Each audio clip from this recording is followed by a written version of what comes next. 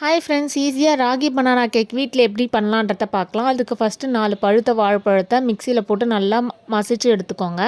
அது கூட ஒரு அரை கப்பு நாட்டு சர்க்கரை சேர்த்து நல்லா ஆட் பண்ணி மிக்ஸ் கொடுத்துக்கோங்க. அது கூட உருக்கின பட்டர் ஒரு 1/4 கப்பு சேர்த்து ஆட் பண்ணிக்கோங்க. அரை கப்பு தயிர் சேர்த்துக்கோங்க. அதுக்கப்புறம் ஒரு 1/4 கப்பு பால் சேர்த்து நல்லா இதை மிக்ஸ் பண்ணிக்கோங்க. இது நல்லா மிக்ஸ் பண்ணிட்டதுக்கப்புறம் நம்மளோட ட்ரை இன்க்ரீடியன்ட்ஸ்க்கு போயிடலாம்.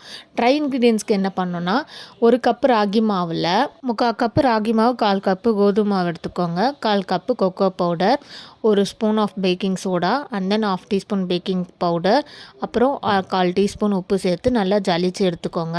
இந்த பேட்டரை கட் அண்ட் ஃபோல்ட் மெத்தடில் நல்லா மிக்ஸ் பண்ணிக்கோங்க. பேட்டர் கேக் பேட்டர் வர வரைக்கும் நீங்கள் மில்க் ஆட் பண்ணி நல்லா மிக்ஸ் பண்ணிக்கலாம். அந்த கன்சிஸ்டன்சிக்கு டின்னில் பட்டர் ஆட் பண்ணிவிட்டு பட்டர் ஷீட் போட்டு அதுலேயும் மேலே பட்டர் ஆட் பண்ணிவிட்டு இந்த பேட்டரை நம்ம ஊற்றுனதுக்கப்புறம் ட்ரை ஃப்ரூட்ஸ்லாம் நல்லா மேலே சாப் பண்ணி போட்டதுக்கப்புறம் 10 மினிட்ஸ் ப்ரீஹீட் பண்ண கடாயில் இந்த ஒரு ஸ்டாண்ட் வச்சு அதுக்கு மேலே இந்த பேட்டரை வச்சு ஒரு 40 மினிட்ஸ் குக் பண்ணி நல்லா ஆறுனதுக்கப்புறம் கட் பண்ணிங்கன்னா நம்ம ஃப்ளஃபியான கேக் ரெடி.